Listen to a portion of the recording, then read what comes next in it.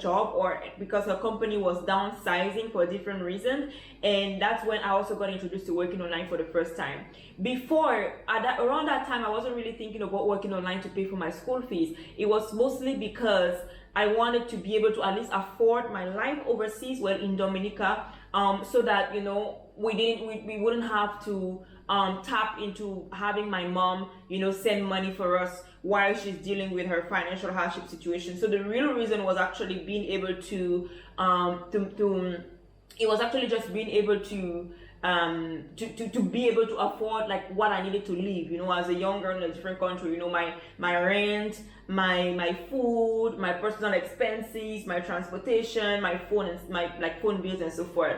So I got introduced to working online by a friend who was working online. Back then I was like, you know what, I mean, what are you really doing? Are you really doing real work? Like how does that even work, you know? But you know, she showed me what she was doing, and she sent me the name of the website that she was signed up to, and I signed up and I started to work to try to maneuver the website, look around, see what I can do and stuff. And lo and behold, that same year I landed my first online job, and that was as an English and French translator. Now, I never went to school to learn how to translate from English to French. I never took a degree back then. The English and French that I knew was from speaking English and speaking French from my home country. So, but because the topic was in the medical field, I was kind of familiar with the medical terms, and I also dedicated myself to basically just knowing, like doing the research to make sure that the words were making sense, and I will deliver something that is of quality to the client. So the client ended up loving it. I got my first 5 stars review, and the book is currently being sold on Amazon. So because I had a successful stint with that client, he gave me a 5-star review and recommended me to more clients. And for that translation job, I made $500 cash. All right, it's just to tell you that in 3 weeks of work, just going through a book, doing the translation of a few pages, 70 pages, I made $500, and I felt like, you know, that was the most rewarding job and income I had ever had in my life.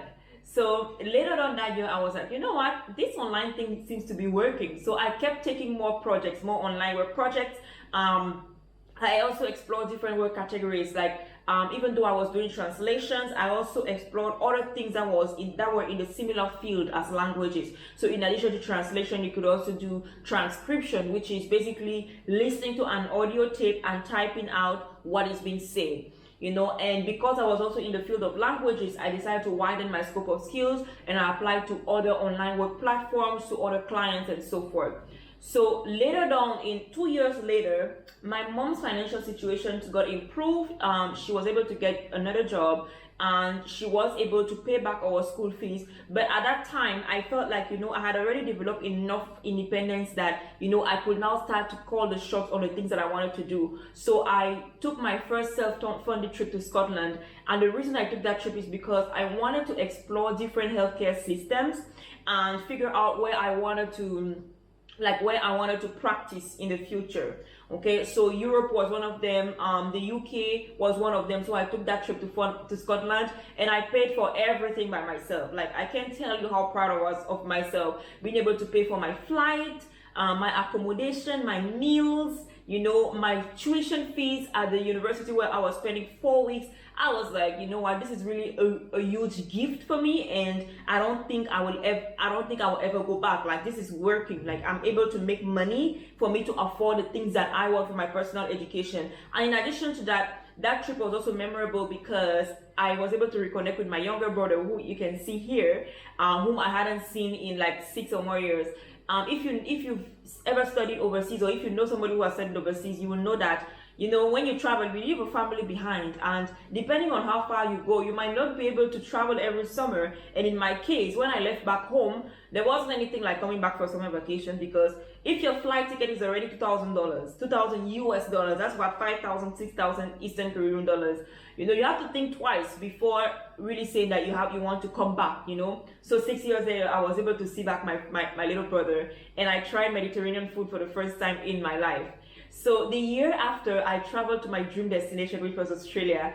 And Australia had always been a country where I said, you know what, I want to go, I want to go there, I want to see the kangaroos. To be honest with you guys, I really went there for the kangaroos, but I took the excuse that, you know, I also wanted to check out the healthcare system and see if I would want to live in that country. right? So I did go there for my medical education reasons, but of course, this is you travel with Clem talking about. So I had to put in some time for me to do some sightseeing activities. So I went to the wildlife parks, to the zoos, and so forth. And my dream came true that I saw the kangaroos, and I even ate kangaroo meat, which is a different story altogether.